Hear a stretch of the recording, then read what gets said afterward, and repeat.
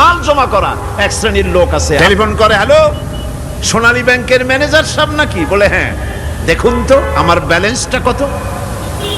উনি বললেন, বল্টু সাহেব, আপনার ব্যালেন্স হচ্ছে 50,77,372 টাকা 79 পয়সা।